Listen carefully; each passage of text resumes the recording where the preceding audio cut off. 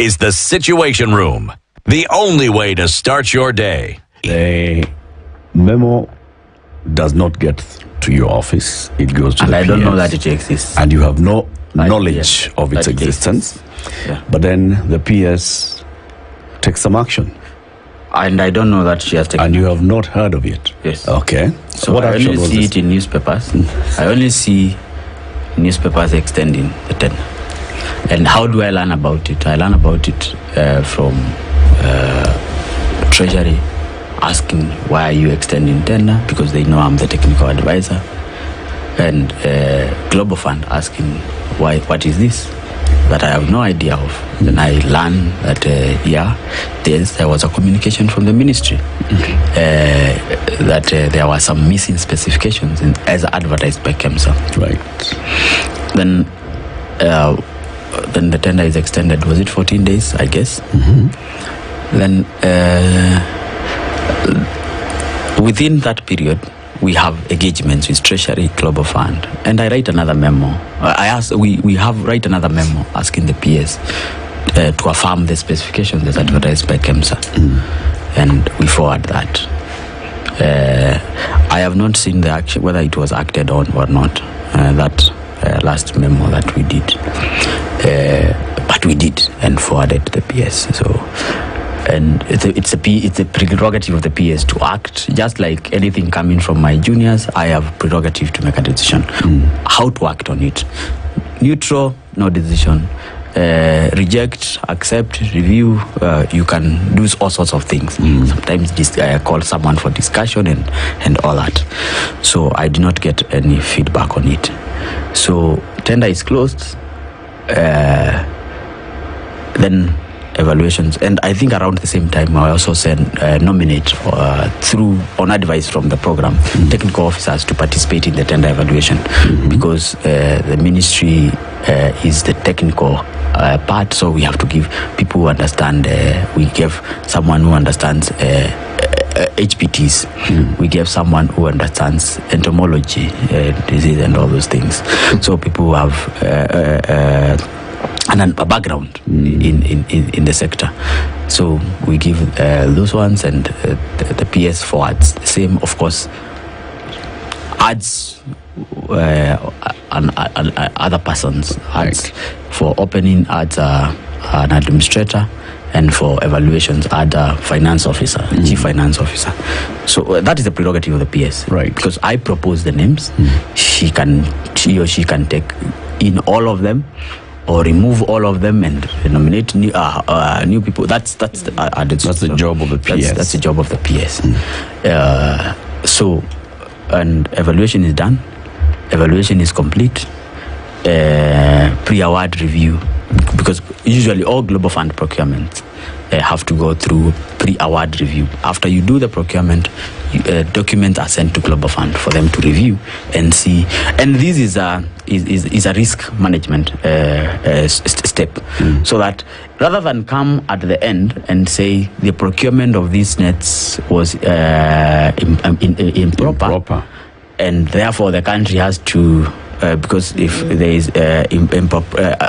appropriation of Global Fund funds or ineligible expenditures lead to refund, rather than come back and say Kenya refund this money because the procurement that you did on the net was bungled or had problems, they review so that they tell you, okay, we have reviewed at the process, it's okay, continue. We have reviewed at the process, you need to work on 1, 2, 3. We have reviewed the process. Sometimes they say, a lot of times actually they say, go ahead and award to the winning bidders as proposed. Then they give a report. What are their findings? One, they find there is inconsistencies in evaluation criteria. That out of, I think, the 17 bids, some bidders had not page netted, or which is consistently page netted their document, because which was a requirement before technical evaluation. Then some bids that had won had not done. So some bidders were thrown out on account of no pagination. But some bidder who had not paginated as well proceeded to the next stage. And so that's the same an inconsistency. Okay. Then the other inconsistency is bidders were supposed to have letters of authorization from manufacturers. But one bidder, who was a manufacturer themselves, was told that they have not attached letter of authorization from themselves. So, I mean, number 3, because the bidders were also supposed to give samples. One bidder brings a sample from a company in Holland. But the letter of authorization is from a company in Dubai, which are not related. Okay. And apparently they proceed. And these ones have proceeded to. When you say they're not related, what does that mean? I mean, when you are tendering, and the reason you get letter of authorization from manufacturer is that manufacturer commits that they will make this product for you for that tender. With those specifications. Yes. So when you go to, you are bidding to deliver softer, then you deliver coke for sample. It's a bit of a and problem. you have a letter of authorization from softer. But the sample is from Coca-Cola. There's a problem. It's a problem. And when you say, but when you say it's passing, it's from the procurement committee that was appointed. Technical evaluation Those are committee, the people who are evaluated and passed. Yes. Okay. So Global Fund says, here we have found inconsistencies, and for that reason, you cannot proceed. So this tender should be redone. Under normal circumstances, should be redone. But Global Fund, because this current grant is running from 2021 July to 2024 June 30th. After that, it closes and funds are not available. This mass net has to be done in this financial year. If we were to repeat the same process, it would cross over. It would mean the nets are earliest here in December or January. Then to distribute nets in 27 counties would mean spillover to the next financial, which would mean Kenya would have lost the money and opportunity. So they advise, in the interest of time, let's use WAMBO. Let's get somebody else. Because they have their own and Kenya is among the only 4 countries. 4 countries rather. I've worked in the counties a lot longer. 4 countries that have been given the opportunity to procure for themselves the nets. Okay. So these WAMBO guys who are then selected, do they advertise for tenders? They have they are Global Fund procuring agency. Just like KEMSA. Right. And they have pre-qualifications. They have bidders who already have priced their product. So them, they just call down. So if it's net, Global Fund will do a call down and say, because they already have their prices already. So they did not, when they were selected, they did not go through a bidding process, a procurement process. The WAMBO. Yeah. Their procurement process is done in the background. So they have they're like frameworks. I would say they have frameworks with manufacturers. And, yeah. They were probably approved every year or something. I've got a question here. Now, according to Executive Order number 1 of 2023, the organization of the Ministry of Health has 2 state departments. The State Department for Medical Services, the State Department for Public Health and Professional Standards. You, as the Director of Medical Services, you are under a Director of Preventive and Promotive Health Services. You are under the State Department for Public Health and Professional Standards. No. Is that not so? Let me tell you. The most difficult assignment that I ever did in my life was between December and April, because I was reporting to 2 PSs. Some of my functions were on medical services, and other functions were on preventive and were on public health and professional standards. So I was reporting to 2 PSs. Having 2 bosses, 2 instructions, you're supposed to be here, so it was not easy for me. So you were under 2 state departments? Yes, I was across, because how my functions were organized, I had the National Strategic Public Health Programs, HIV, TB, malaria, immunization. TB and malaria were in public health. HIV and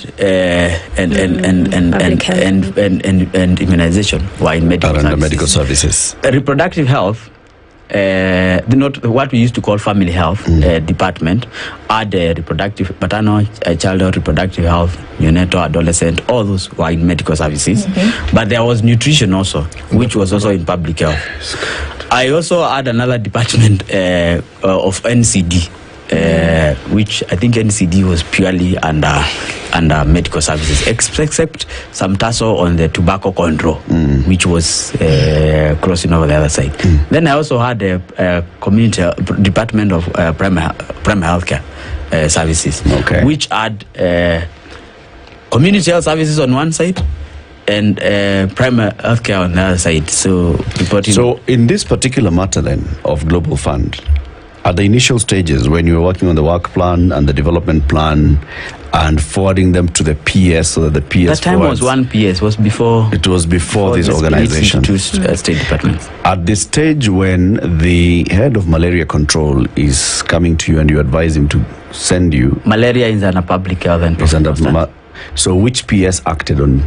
the PS public health and for public health. In fact, for purposes of programs, because programs work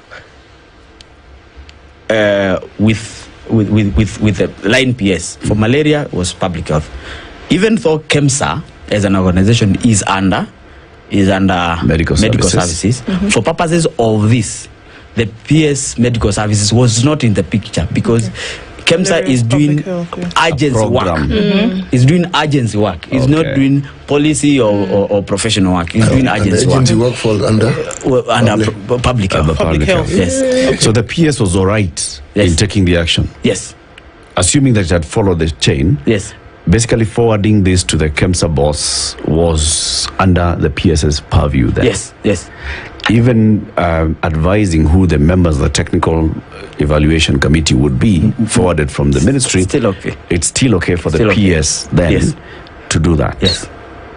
So there's nothing wrong about, she did not overreach into the mandate of the State Department for Health. Because, for example, KEMSA serves other organizations. KEMSA serves AMREF.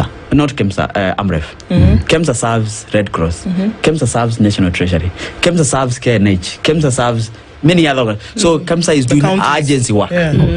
Okay. So sometimes KNH or Kenyatta University Teaching and Referral Hospital will write to KEMSA and tell KEMSA, procure for us this theatre equipment. Okay.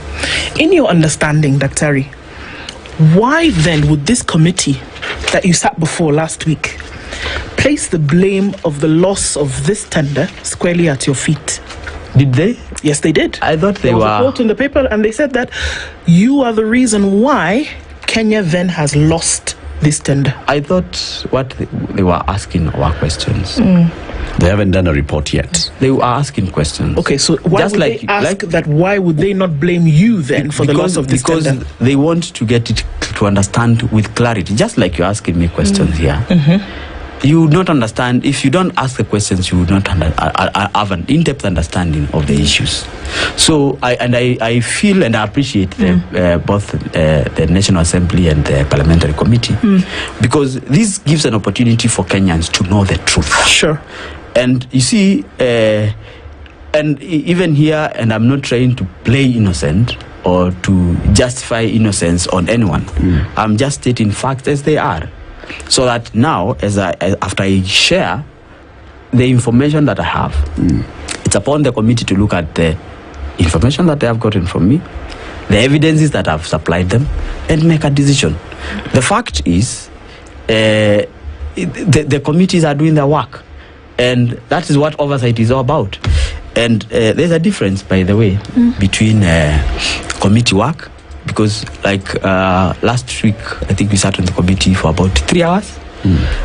The news will report for 5 minutes. So you can't capture what was spoken in 2 hours and 5 minutes. Papers, you can't capture what has been... can't capture the spirit of what was happening. Yes. And the hard questions have to be asked. And we must have answers for them. and whoever is capable should take the responsibility. Then can I ask you, Dr. what would have been your response? Because all of this, I mean, you say that it doesn't have anything to do with said memo or what specifications, because those were already arranged. What would have been your response had the memo that you requested to be put in writing, had that actually come to your desk? How would this have changed the flow of things from what we see today? First, two things would have happened. I would have consulted the National Treasury because I knew they were processing. I would have called KEMSA and asked them, what is the basis of your act of this tender? Why did you have this removed? I would have called the Global Fund because we are in touch with the Global Fund in Geneva. So in other words, first thing is consult. Then form an opinion and advise appropriately. So, I mean, that is, and in my course of duty, there are so many things that that have come to my desk, and after consulting the relevant organs or organizations, I advise the officers, this advice that you have given me is irrelevant in this context. This advice cannot be taken in because of ABCD. So it is truth, and that's why I think managers are in office. You are in office to make sure that and that's why government is layered, so that the technical person may have this persuasion, this is not. Then when it comes to you, you do the wide sector level consultations, then you are guided and take action. Now, you are the CEO at KEMSA. Supposing a similar instruction comes to you from the principal secretary, what would you do? I think if I were the CEO, then on this particular matter, before extension, I would have consulted with the Global Fund and Treasury, which she did in writing. But sometimes a call away, I have received this instruction, and what am I supposed to do? Because you know the process, what has happened. Then, because when she wrote, after 3 days, after the extension had already been done, she already, was it actually after 3 days or 2 days? She already had an answer, which said Global Fund have already committed to the specs. So if she had consulted, telephone now, and we know these people, we know all these people. We have their contact. You know the Global Fund coordinator in the National Treasury. Right. Call him, ask him, I've received this letter from the PS. What should I do? That's what I would have done. Just a call. I've received this. So this particular time, you are the CEO at KEMSA. All right? And there's a possibility of such instructions coming from the ministry, coming to your desk, and they are time bound. Because I look This is an instruction coming from your boss, the principal secretary in the Ministry of Health. Are you going to say, no, I have got to ask other people before I act on the instructions from my superiors? If I look at the letter that the PS wrote, the writer had asked for rectification of an error.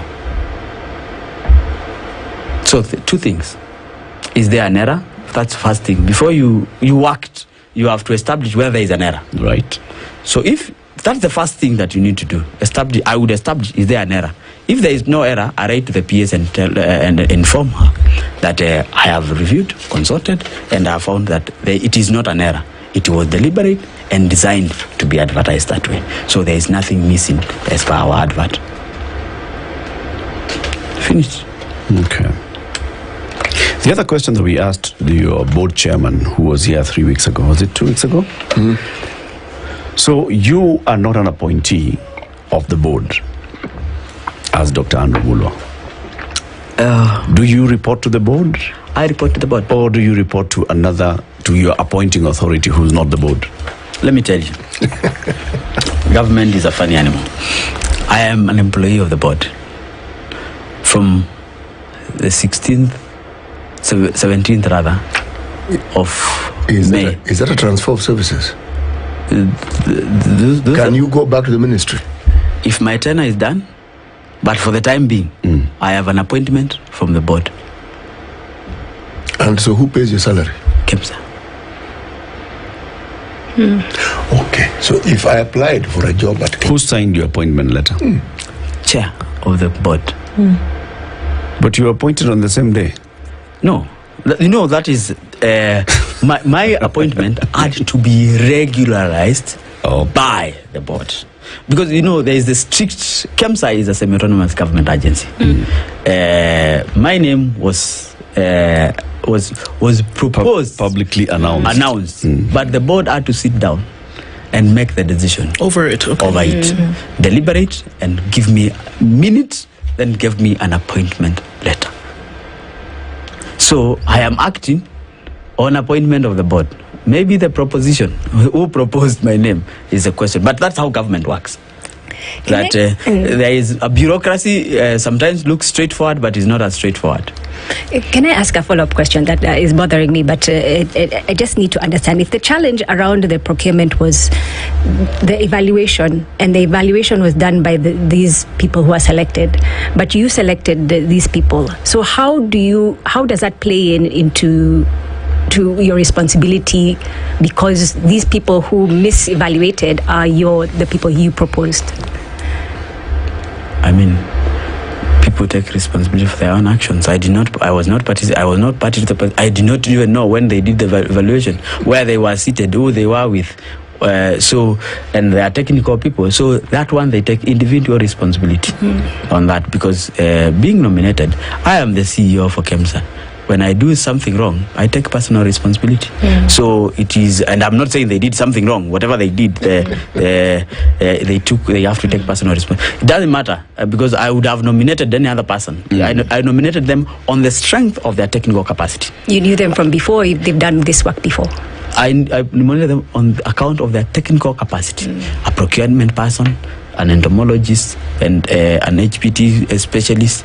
So I was basing my... Who've been placed there by the Public Service Commission, which has evaluated them. Okay. Dr. Mulwa, thank you very much for joining us. Thank you. It's not been a hot seat, so you'll come now, we talk about KEMSA. And that is actually what I thought I'm coming to talk about. I'm surprised I've spent all this time talking about but net. But it's very enlightening. It's important. Yes. So but you'll come and tell us what you're doing with KEMSA. We have to fix KEMSA, because KEMSA is important for the people of Kenya. It is. Dr. Andrew Mulwa, Acting CEO, Kenya Medical Supplies Authority. Keep it here for more. This is the Situation Room, the only way